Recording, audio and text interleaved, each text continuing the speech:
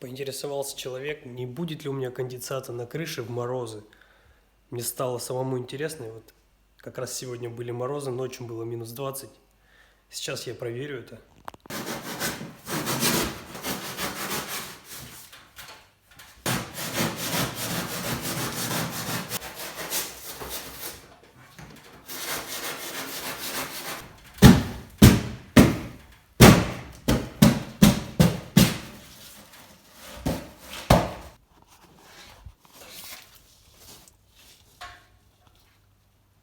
Никакого конденсата. Здесь его в принципе быть не может, потому что потолок зашит